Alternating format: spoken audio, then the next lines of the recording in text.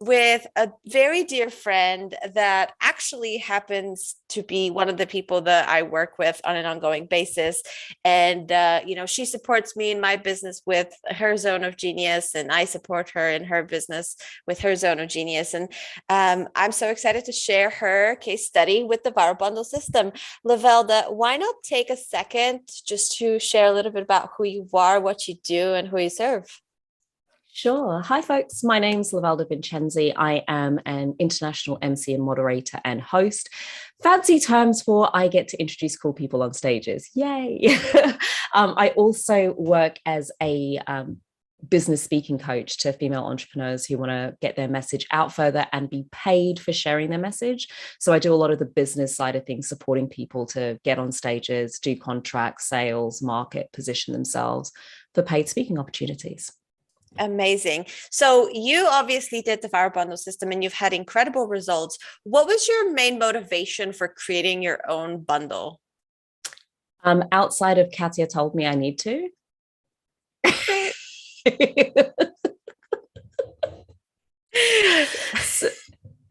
so a couple of things.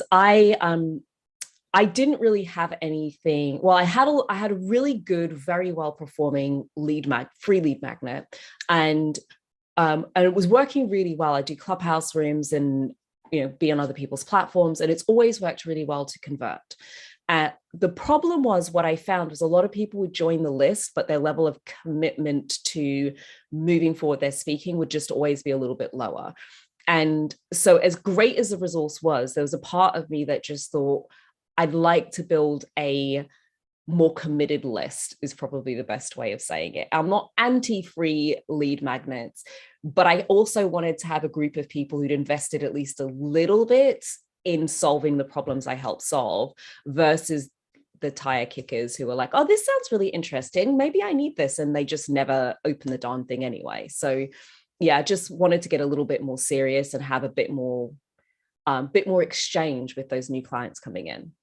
So, want to share with everybody what kind of services did you offer at the time, just when you started?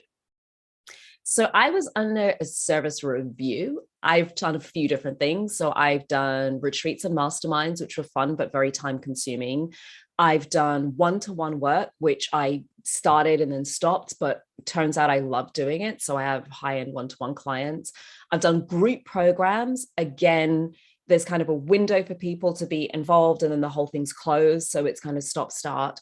But I'd never really got involved in I have a membership as well, but then I've never really got involved in online trainings or any of that sort of stuff. So I had a little bit of the infrastructure kind of set up, but really very little of it. And I wasn't really using it. So the idea of creating one thing that I could just have as a gateway for people to come in felt really good as a starting point, because I kind of had the stuff at one end, and just the funnel was this free thing. And then at some point I'll sell you something else, but there was literally not very much in between.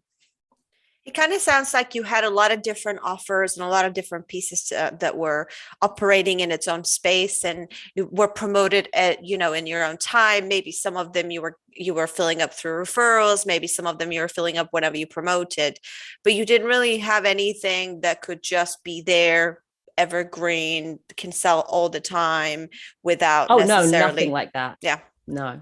Yeah. Yeah. And then obviously the result of that is that you have to actively promote in order to sell. And if you don't actively promote, unless you get a referral, it's kind of like, who knows what's going to happen next month? It's kind of like every month's an adventure.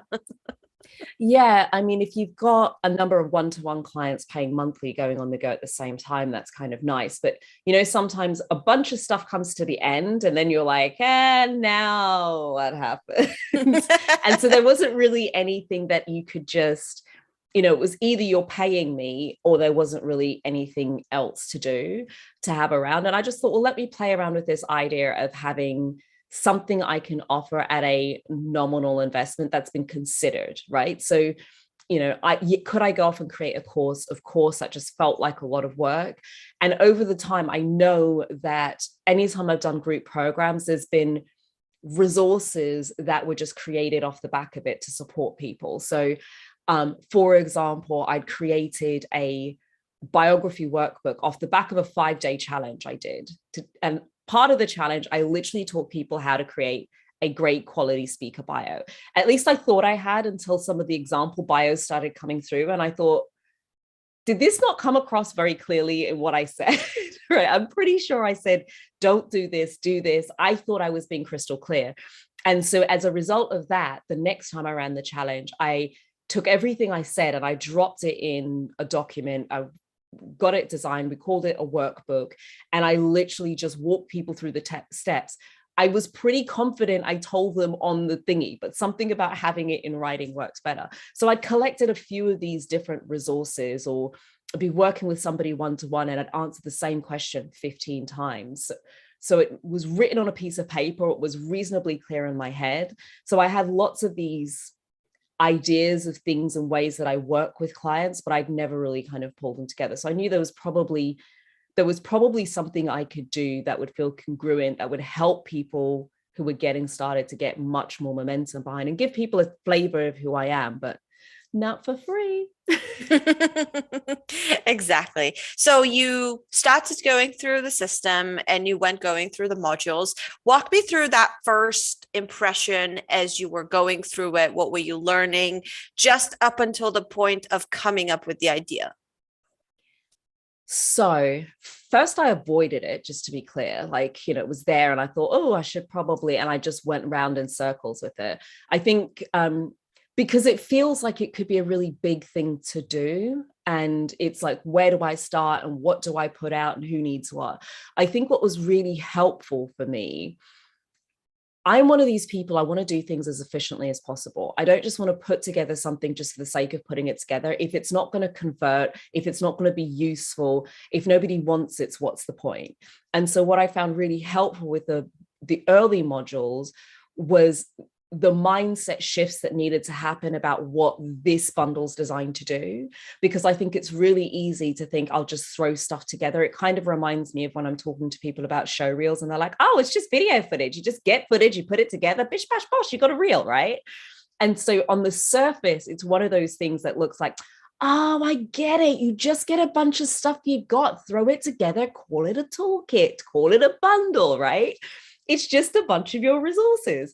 But what I loved was the thinking behind that you have to put in to go, what is this actually designed to do? What is the biggest problem I solve? Just that process of having the shift of, oh, I get what's gonna be a good one and what's not. Because I think it's really easy without the system to throw something together, just like, oh, I understand. I've watched a number of show reels. I know what goes in a reel. Oh, I've seen loads of people do bundles. I know what goes in a bundle. It's just a group of stuff. Well, look, I'm telling you, just because you put stuff in a box don't mean people are going to buy it, okay? There's some consideration that goes into what goes into that box, how that box is presented, who it's designed for that allows it to work. So that was probably one of the first things I noticed. It was a lot of me kind of going, oh, this is a little bit different. I can't just throw things together. And because I forced myself to watch the modules first, I'd really encourage anybody who gets the system to actually go through the process. Don't do that thing where you're like, okay, cool, I'm just going to skim it, because there are some really small nuances that actually make a really profound difference. And if you skim it, you miss the nuances that allow you to make money or not. And, it's one of those things where it's really hard to summarize everything on the page. There's just certain things that are important to mention. So I like that clarification that you recommend people to really go through it and take the time. And we do try to make it easy by keeping the video short. I think the longest video is like 15 minutes. The shortest ones are 2 minutes. So it's kind of in that kind of range. So that's a good point. So tell me about the ideas that you came up with. What was that like? What did you come up with at first? What happened? And then how did you end up with the idea you have now? So it wasn't as easy as I thought it was going to be, because it actually forced me to really think about what my business model is and what's the biggest pain point people have. And for me, I started it the wrong way around in some ways, which is kind of how I ended up with 2 toolkits.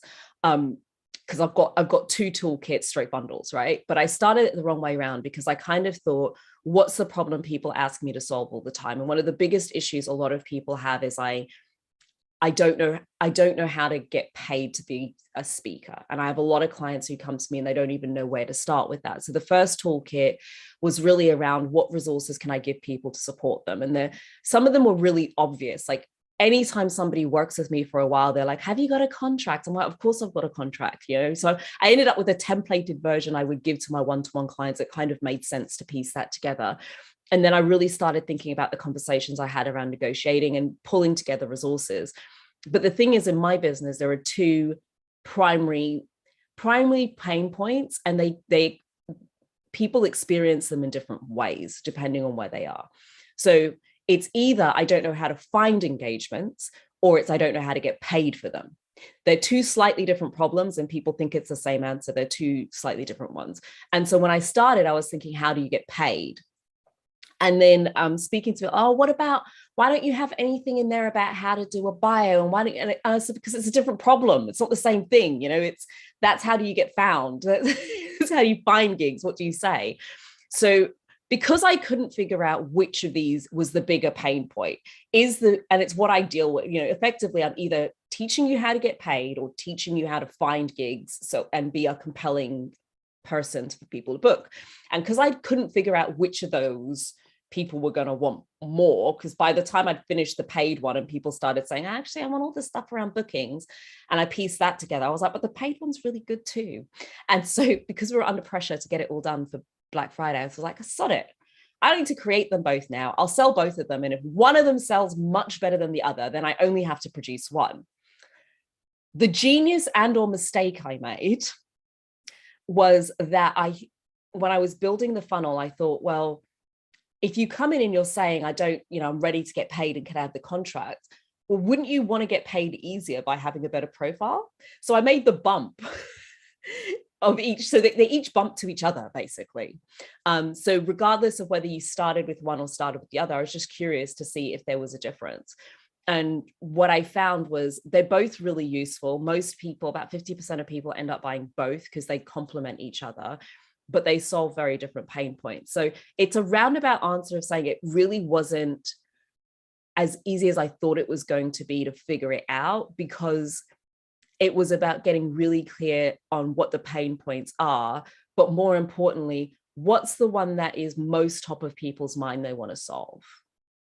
And just because I know what the main one is, isn't necessarily the one that they want to get solved right now. It might be something different. So having that kind of freedom of playing with the two, in the end, I went with both of them because they sold so well. But I was very prepared to sack one off entirely and just roll with one if one seriously outperformed the other.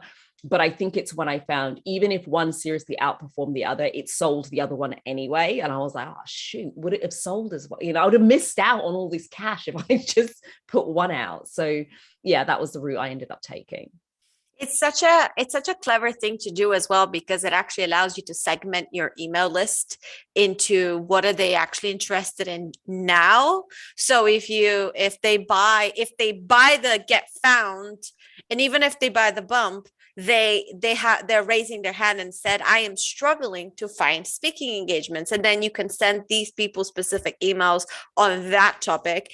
And then you can offer, like, let's say if you offer your one-on-one services, you can tailor the message to book me to help you find more speaking gigs. And it's kind of like, it's just a really nice segmentation exercise as well. It did take more work. I remember it was a lot more work, but once you have one of the funnel and you use ThriveCard, right? In ThriveCard, I think you can just duplicate it, and then you just have to tweak on the copy and the images. The sales page was pretty straightforward because I wrote one of them. And, you know, the way that this is taught is you're not doing a crazy sales page because we're in like a testing phase essentially. And then I duplicated it and changed the core bits of the message so it was the other way around, and I just kept it really scaled back to the core message. So after I'd kind of drafted what was going to be in them, I had enough to do the sales pages, and I just flipped them around. Where I really stung is when I actually came to produce all of the collateral, because now rather than having you had two products. it was 13 resources. And I think, and probably about 3 or 4 of them I already had, and the rest of them I literally just had to pull it out of my brain. Like I knew I could do it, but I was glad the process was more elongated, because I think it's helpful to have that split between sales and creation and whatever. And for me, I can't talk myself out of it once, a few grand's been made from it. I just kind of like, oh, I don't want to refund all of that. It's what it comes down to, right? Exactly. So, once you've got something that was selling really well, I thought, I really want to get this created because people want it and they've bought it off a concept. And then to see feedback kind of coming back in from people who've been using it and the results they've been getting, and the surprise as the stuff's been, it just kind of fuels me on to go further. But it was nice to have that split between the sales and marketing and funnel and all of that kind of stuff, and then just to do selling, and then to be able to take a breather and go, okay, let's go into creative mode. Because it took the team, I was giving myself 6 weeks, and then I got COVID over Christmas, so everything got delayed. It probably took closer to 2 months to get all of those produced to the standard that I wanted, designed, written, copywritten, like all of that kind of stuff. It just took a little while, and then setting all the pages up and whatnot. But the motivation was there because it was still selling while I was creating it, which was really great fun. Yeah. So you pre-sold it. We'll talk about your strategy in a second. One thing that's probably really interesting is if you're watching this and you have, like Lovelda, like an avatar that may have 2 different multiple pain points, and depending on where they're at, they're more likely to buy something. Instead of just picking one and hoping that they assume that you'll solve the other problem that they actually need as well. One of the cool things you can do is if you have a signature program that covers both. Like, for example, if Lovelda, if you had a course called Get Found and Paid to Speak, and that was a full-on course, then both of these bundles act as the perfect lead magnets to it, and they're going to meet the client wherever they are. But the signature program will help them even deeper with all of those things. Mm-hmm. So that's a hot little tip for somebody who has 2 different promises. Now, once you pre-sold it and you said that you did a very simple checkout page, you used Thrivecard, your pricing. Talk to me about your pricing, and then talk to me about your marketing and getting those first sales. So the price was $30 for both of them. So it was, the way I set it up as well, as I set it up as a $30 offer. And then the bump was also $30. But if you go on my sales page, the bump is automatically selected. So you have to deselect it rather than select it. And I think that might have led to why I get such a high conversion. And it's been consistently around 50% of people will buy both, regardless of which direction they come in. It's about a 50-50 split. So when I start to think of it, it meant that I got more toolkit sales quicker because I didn't need to find quite so many people. And if I found some for this, half of them were also going to jump in the other one. And then, so that was the price point for both of them. And what was the other question then? How did you get those first couple of sales? Walk me through some of the marketing that you were doing. Where were you promoting, etc.? So it was all warm sales. I do a clubhouse room every Saturday. I remember doing it 1 week, and I was just sitting, like, I'm talking, I pinned it to the top of the room, and I'm just getting sales kind of ping in. And up until that point, like, I'd do a clubhouse room and the sales would come a little bit later. So this was fun. I was like, I'm here and it's like literally making me money right now. So that was kind of cool. And that was more fun than watching pings for free downloads. There's just something more exciting about, I've got a new customer. And what I loved about using Clubhouse to promote it is I would get really clear on how to message it. So when people would say, well, what's the difference between them? Like, I might do one room 1 week that would focus on getting found, another room that would focus on getting paid. And if people would ask the difference, I say, look, there's 2 toolkits there. One of them is really great if you're starting out and your biggest problem is you need to find stages, or you want to find more stages.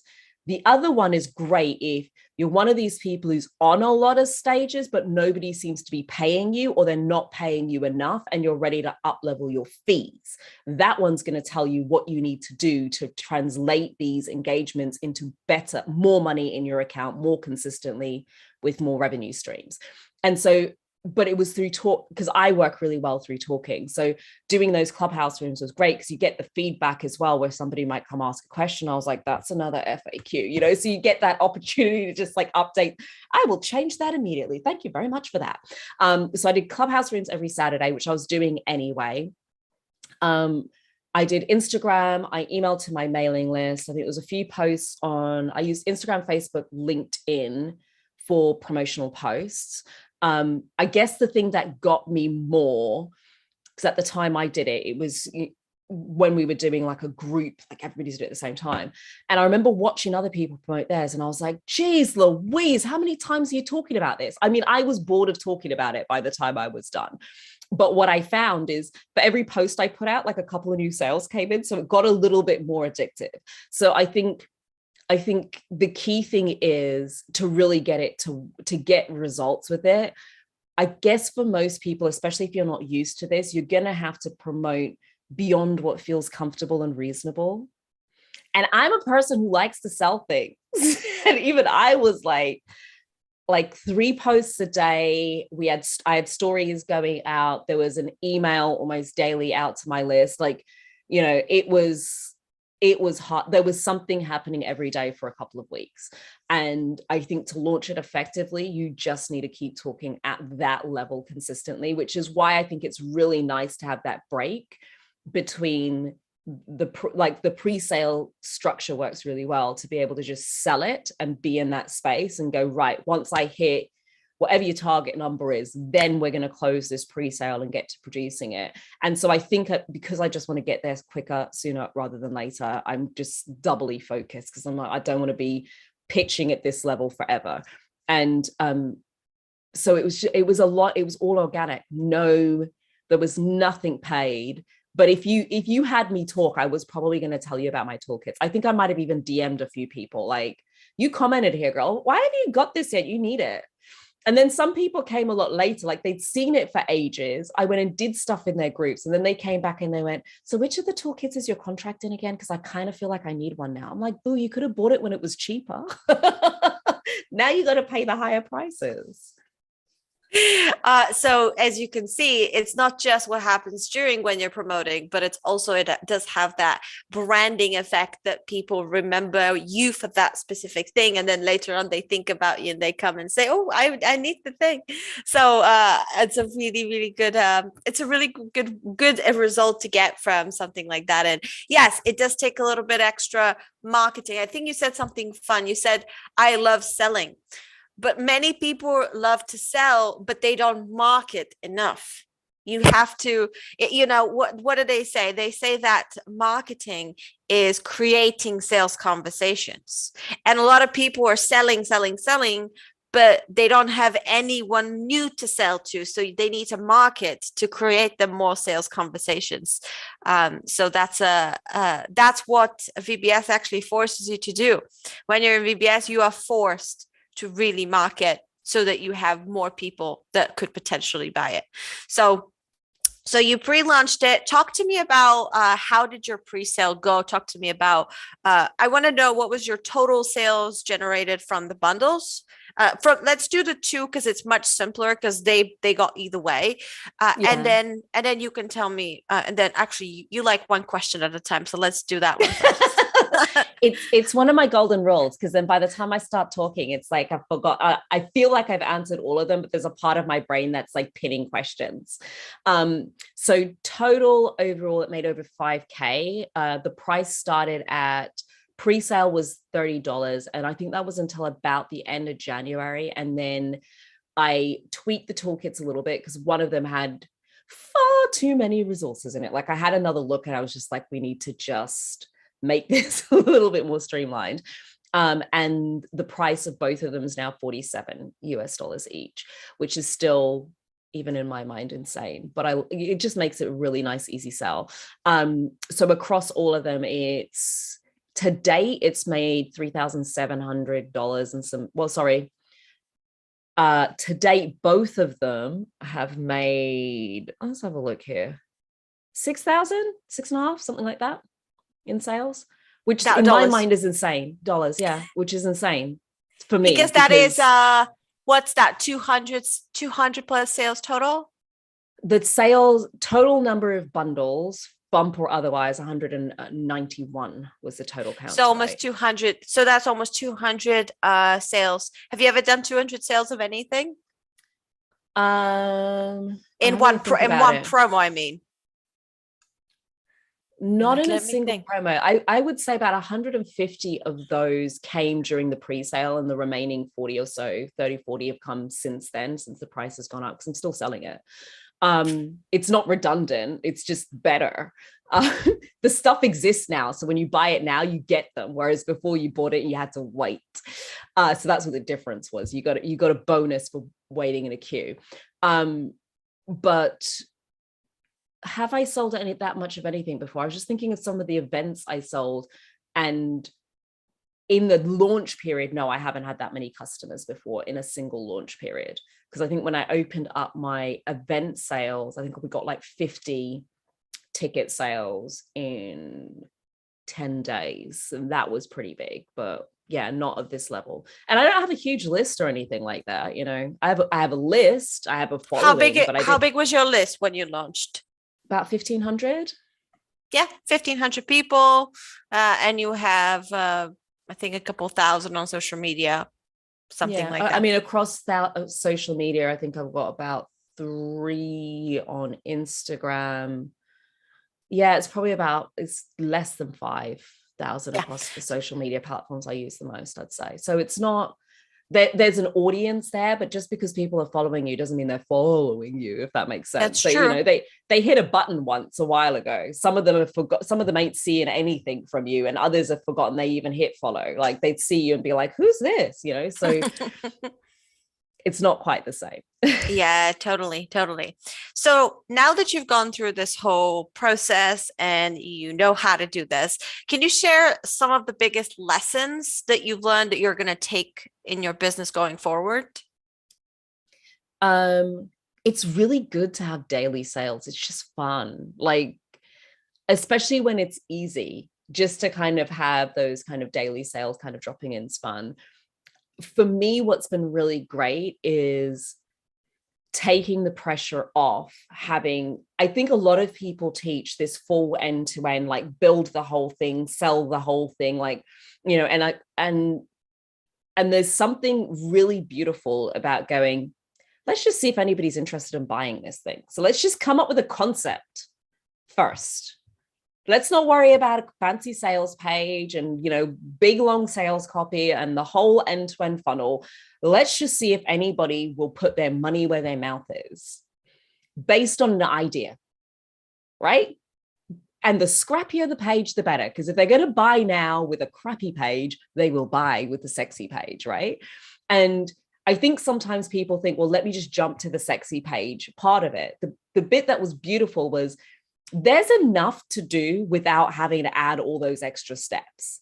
And by scaling it back, you just have so much more time, energy, and attention to put to going, does this languaging work? Have I got an offer that I can present in such a way that it's compelling that people want to purchase it? Because you don't know that, and you can see it in real time, right? Because you can kind of see, oh, that little tweak, I'm now getting less queries about it, or it wasn't selling and I changed this one headline and now it's all moving. And there's something really beautiful about that versus investing a ton of time, effort, attention, and sometimes money into the perfect, most beautiful sales page that doesn't convert, versus going, let me just see if this idea will sell. And if it sells, then I will invest the time, effort, energy, attention into helping it sell and scale more. I think sometimes we jump, it's just really cool to see you don't need to jump to the most scalable solution first. You can jump to something that works and scale it out as you go. And that's what really, I mean, I use it a lot with most of the stuff I sell because I just can't be bothered sometimes to do all the whizzy bang pages. And starting and stopping enough businesses, I learned pretty early on that the sexy page is not the thing that actually does the selling. So so we can just put a pin in that. If it's not going to sell, it's just not going to sell. But I found as well, for me at least, I'm more excited to deliver when others have already committed. And it's harder for me to be excited about delivering something. Maybe there's some people who are wired that way, where coming up with an idea and stuff is great. But I can also tell you it's really painful to invest so much of you into an idea and then discover nobody wants to buy it. And so the biggest thing for me is that principle of keep it as simple as possible and first see if anybody will buy this thing. And once they've invested in you, go to town with it. But until then, ideas are, they drop in. You'll have 50 of them in a day. Not all of them are meant to be created, and people don't want all your ideas either. Some of them just need to stay in sleepy town for a little bit longer. They ain't cooked yet. Very, very true. And, when you do make the money during the pre-sale, those are your funds that you can then use to invest in building the sales page or building the funnel, whatever it is, rather than putting in all the money up front and then hoping that just because you invested. I think people have this notion. I find this is very typical in our industry. They basically have this notion that as long as they invest, they're going to get results. But it's like, girl, you can invest in a $5,000 sales page and it can make nothing. It's what do you invest in? And sometimes it's a little bit off. And I'll tell you, those toolkits were not cheap to create. So I had a total, me plus 3 others worked on the toolkit. So it helps to have the funds to be able to fund it, because it was, it's breaking even now, but initially they cost quite a bit of money to make. So all of the resource, well, first it's my time and energy, which I'm not even including in that, to sit down and pull all the information out. Then I had somebody proofread all of my content, because basically if you read stuff I've written, it's full of gaps. Then I had a designer design, and we had toing and fro with the design, and then all of it needed to be uploaded to the profile with all the relevant materials and stuff, and my assistant did that. So there was myself, a designer, a proofreader, and my assistant who worked on this project. And there's something about being able to just focus on the bit that only I could do, which is to pull out, what does a great contract look like? And what do what are 25, honestly, Lovelda, really sit down and think of 25 ways in which you would make money speaking that you teach. And how are you going to explain those in a way that's going to be really useful and digestible, right, for people? So I got to focus on that, because trust me, it took 2 months to do this with a team of 3. So imagine if it was just me, people would still be waiting today to get those toolkits, because you went on the very overgiving side of things. A little bit, but I had 2 as well. It was 13 resources. True. So it's like kind of like you did double the work. Rebranded template. Mm-hmm. You literally did double the work. Yeah. That was the bit I forgot as well. It's only when I came to do it and I counted out there's 13 of them in total across both of the toolkits at the point that I launched. So it was a lot of stuff to do. And there's a lot of thinking just to remember how your process works. Some of them I had already, but even then I created some of those maybe 4 or 5 years ago. My branding has shifted since then. And when I went back through it, I was able to refine them so they're more up to date. There's things I didn't know when I first created it that I know now, so each of them just took a little bit more time to do. But absolutely, if you've pre-sold, you've got the funds to be able to get it done beautifully in a way that you're going to be really proud to put that out to people, versus have this being this elongated stress of having to figure out how to do all this extra stuff to get it out to the world. And you don't need to have that stress.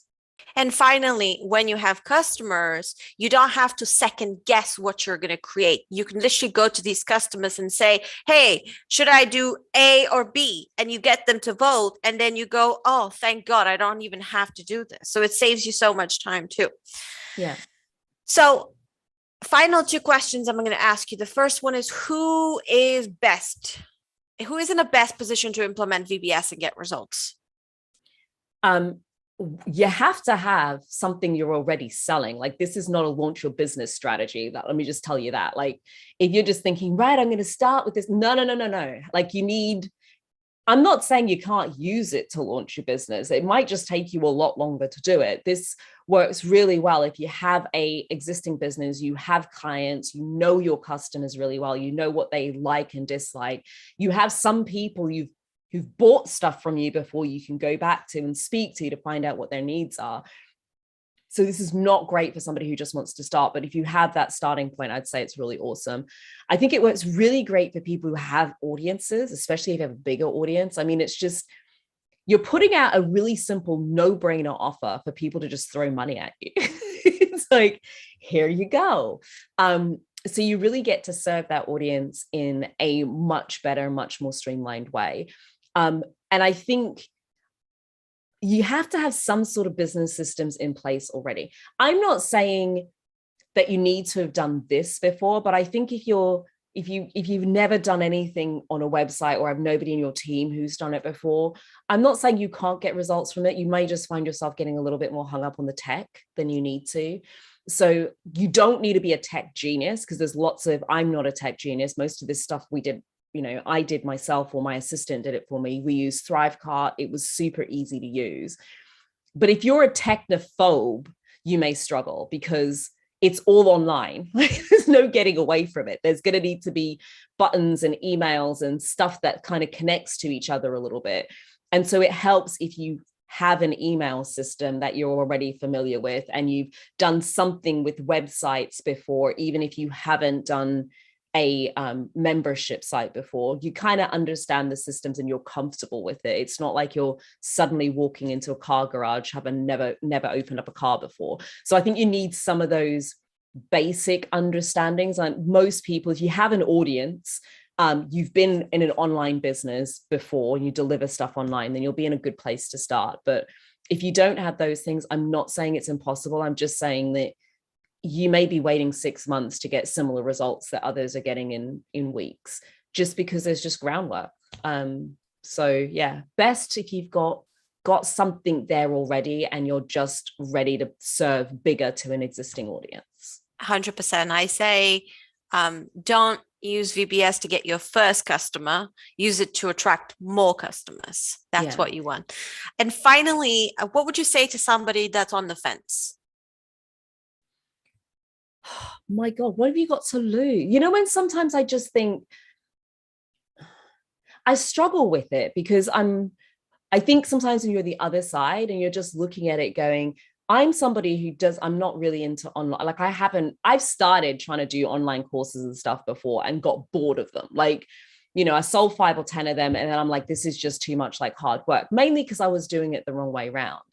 And there was something about having a proven system that's worked multiple times that scales. And all you have to do is just follow the steps. I didn't think I was going to sell quite so many. And my numbers are tiny in comparison with the number of other people, because my audience is reasonably smaller than a lot of other people who were selling like, 500 or whatever. So why would you not take up the ability to create resources? Because my view was, even if this doesn't sell, I will have connected deeper with my existing clients because I'm creating conversations with them. I'll have created a bunch of resources, even if I don't use them again, that are just useful. Like I can just take the resource and put it as a bonus on a program. Like, it's forced me to really have to pull out who it is that I am and what I do.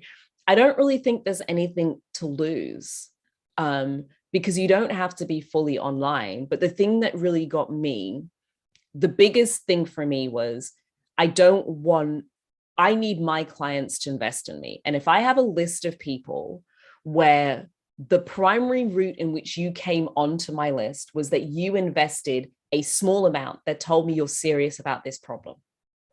Because otherwise, we've all seen it. Subscribe, download, unsubscribe, goodbye. Like, they weren't really following you like that anyway, or they're on the list for the longest while taking lots of stuff, which I don't have a problem with that kind of service, but it means that it's inefficient to have lower conversion rates. I'm just looking at it from an efficiency perspective. It's just inefficient. So if you want to kind of increase that efficiency in your business, have better resources, have a system that you can use, not just to create a bundle, but to get better throughout creating any other product that you're launching, I'd just go for it.